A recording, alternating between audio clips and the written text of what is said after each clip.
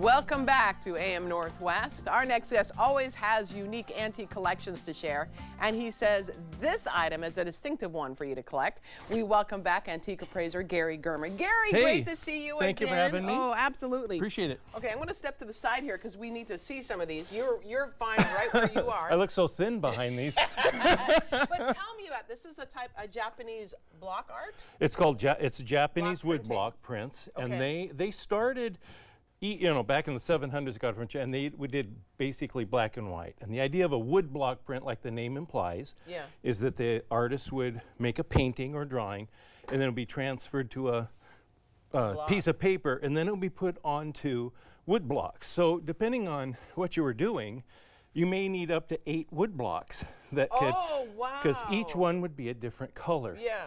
So if you look, That's a lot of work. I don't know This right here, this one these right down here? here, if you can see those down Yes. there or not. Those date to about the late 1700s. And the idea of these woodblock prints, they figured out this printing, and so it was an inexpensive way that they could make and reproduce art. Yeah. And so the theory see was, now. they called it the ukiyo-e. There'll be a test on this, so we'll remember Okay. that, which meant floating world.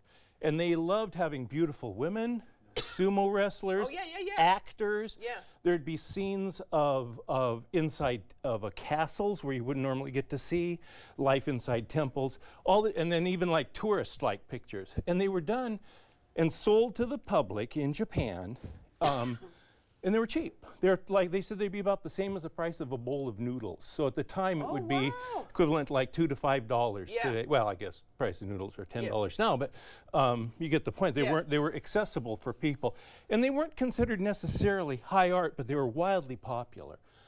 So you get the old ones like that, and you look at how many colors there are, or even like this one here. If you've only, let me look up here because the camera's better.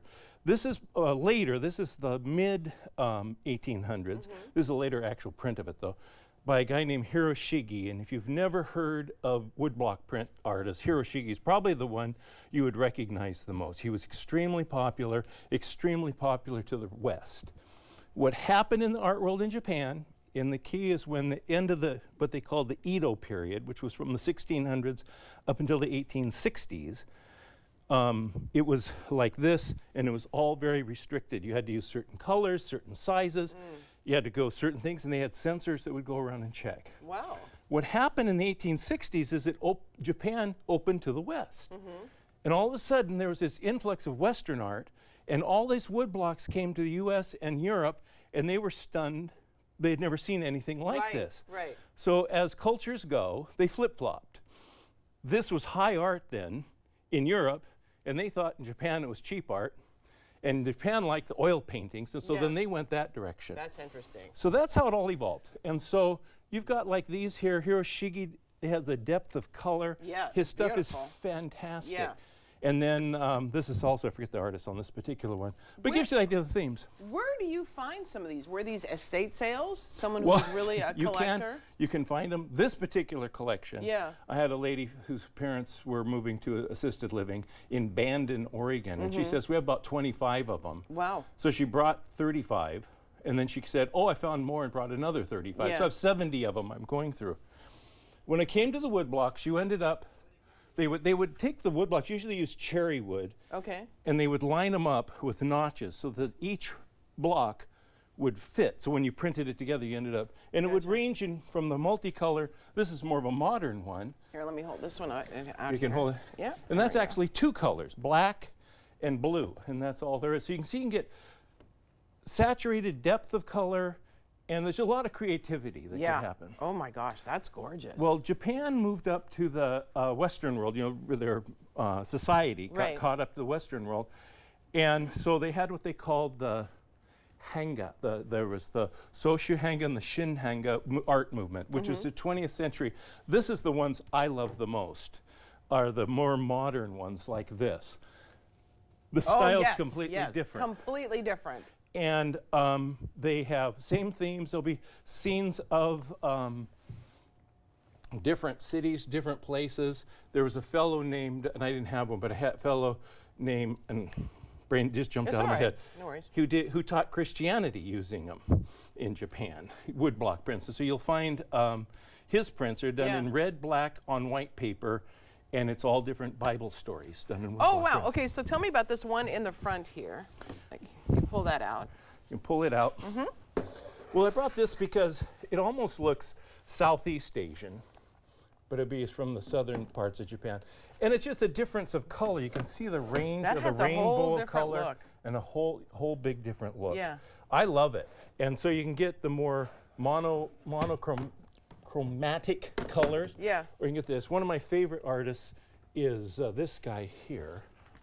Okay. Oh, wrong one, sorry, but I like this one a lot. And you can see they got the snow, the whole feeling cold, and it's a specific town, a specific place Yeah. that you can find. The ones I was going to say is these two here, closest to you, Helen, are by a guy named Sato, Kiyoshi Sato. And Kiyoshi Sato is wildly collected. And if you can get his cats, I don't have any of his cats, but he did a whole bunch of cats that are crazy. They're fantastic. Oh, wow. And they bring a couple $1,000s. Yeah, these these are like so familiar. So we know we've seen this style before. We have, and Yeah. it fits a lot of people who are into mid-century modern decorating. Yeah. These fit perfectly. Yeah, absolutely. They also fit in classic styles because they're kind of timeless. Yeah. But the color's always rich. They're always such great moods, and the idea that they can do it with a stack of wood blocks. It's so crazy. Now it is changing because it used to take, the drawing would take the artist the time to make it, and there'd be like 4 to 6 helpers who would do the carving because each color is a Each color, different right. different level. The whole process is kind of incredible. Yeah. What would something like, let's say this one or this one over here, cost? They're actually fairly affordable. Okay. Sato's a big artist. If you can find his work, his landscapes and interiors are in the $500 range. Okay. 3 to 6, depending on which one it is. The cats go for, everybody wants the cats and the dogs, and so they're anywhere from $1,500 to $2,500. Yeah. Wow. But you can find like this one here. I think he's quite charming. I don't know quite who he is. I have to do a little bit more homework on who he is and what's the purpose of it. The artist I know, but what the subject matter Really, is. this is really fun. About I 300. haven't seen these before, or at least in such a long I time. like the idea because they are affordable, Yeah. and yet And the they're process timeless. is historic. Yeah. Thank you so much, Gary. Thank I you. appreciate it. We're going to put all the information on our website at K2.com. We'll be right back with more AM Northwest. Don't go away.